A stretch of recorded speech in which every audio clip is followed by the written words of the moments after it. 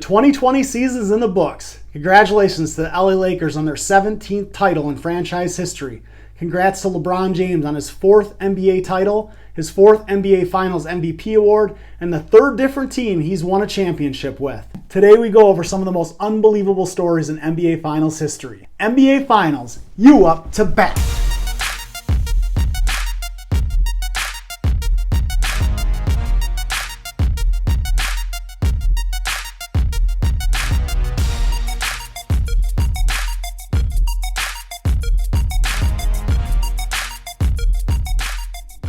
What's going on, everyone? Welcome to the Player Report. My name is Dave Capon. If you haven't subscribed already, you can go ahead and do so down below. Down there. It's in red letters. It says subscribe. Click that button if you want to join the Player Report family. Also, if you enjoy the video, please click that like button as well. Okay, so let's get into the video. While the NBA playoffs have been super unique this year with the players playing in a bubble down in Orlando, Florida, today we're going to get into some of the most unbelievable stories in NBA Finals history. First up, 1988. For those of you conspiracy theorists out there saying the NBA's rigged, this one is really going to get you going. In Game 6 of the 1988 NBA Finals between the Detroit Pistons and LA Lakers, Bill Laimbeer was guarding Kareem Abdul-Jabbar in the waning seconds. As Kareem attempted his patented hook shot, Laimbeer was called for a phantom foul call, which was his 6th foul, fouling him out of the game. The Lakers would go on to win Game 6, pushing it to a Game 7. In Game 7, the Lakers went up by 3 points with 2 seconds remaining. Look at the fans surrounding the court. This is amazing. You'd never see this in the NBA today. As the final few seconds tick off the clock, people are already on the court, and what appears to be a foul by Magic Johnson is not called.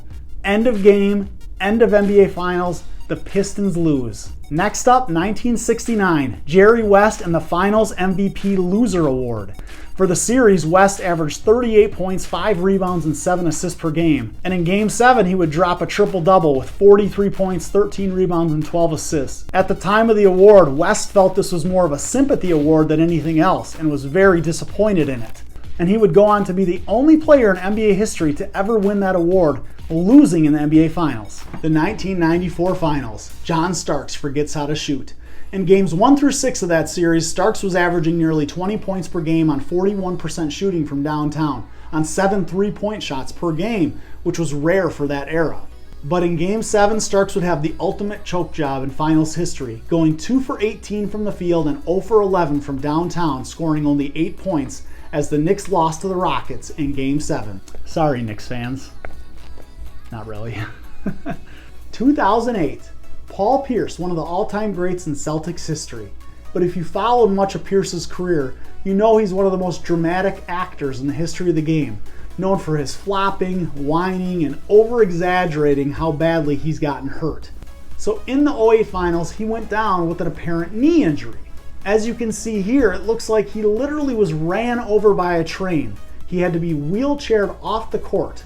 Subsequently, less than 2 minutes later in the game, he returns to the court, acting as if nothing is wrong with his knee.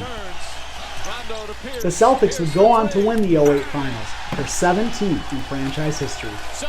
This just in, we might have found a bigger choke artist than John Starks. In the 1995 Finals, Game 1, the Orlando Magic had a 3-point lead on the Houston Rockets with less than 10 seconds remaining. Nick Anderson, a 20-point-per-game scorer and a very good shooter in his day, stepped to the line only needing to make 1 of 2 free throws to seal the game and put the Magic up by 4. He went ahead, missed the first free throw, missed the second free throw, but grabbed his rebound and was fouled again. Anderson stepped to the line again, missed his 3rd free throw, and missed his 4th free throw.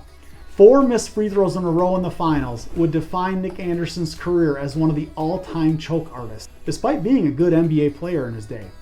This led to Kenny the Jet Smith knocking down a 3-point shot and sending the game into overtime. The Rockets would go on to win the game in overtime and win the series. Now that you think about it, the Rockets, talk about a lucky franchise. They got 2 titles during Jordan's retirement and then coming back from baseball late in the season. They had John Starks choking. They had Nick Anderson choking. Man, I mean, Hakeem Olajuwon was a great player, but they got lucky. Rockets got lucky. 1976, the most genius timeout call in NBA history. With time running out in Game 5 of this battle that pitted the Celtics versus the Suns, John Havlicek hit a bank shot to put the Celtics up by 1 point with 1 second remaining. Suns player Paul Westphal went ahead and called a timeout even though the Phoenix Suns didn't have any at their disposal. This resulted in, at the time, 1 technical free throw for the Boston Celtics. They knocked the free throw down, but this allowed the Suns to inbound the ball from half court, giving them a decent position to get a shot off. They got the ball inbounded, knocked down the shot, and sent the game to overtime.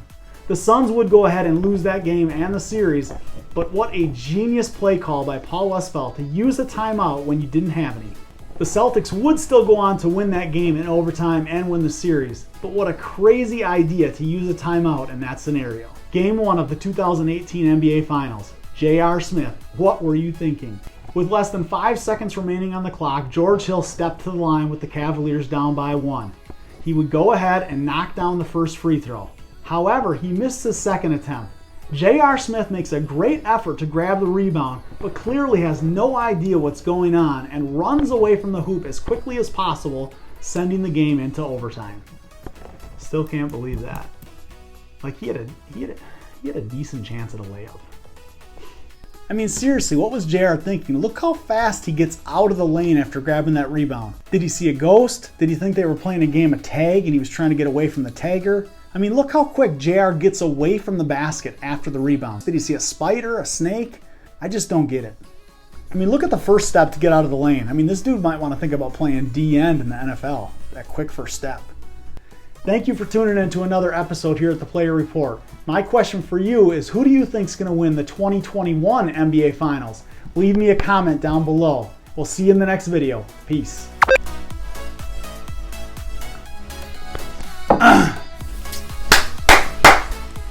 What's the best way to say this one? NBA Finals. NBA Finals. You up to bat. Super weird NBA Finals stories. Time for fun facts.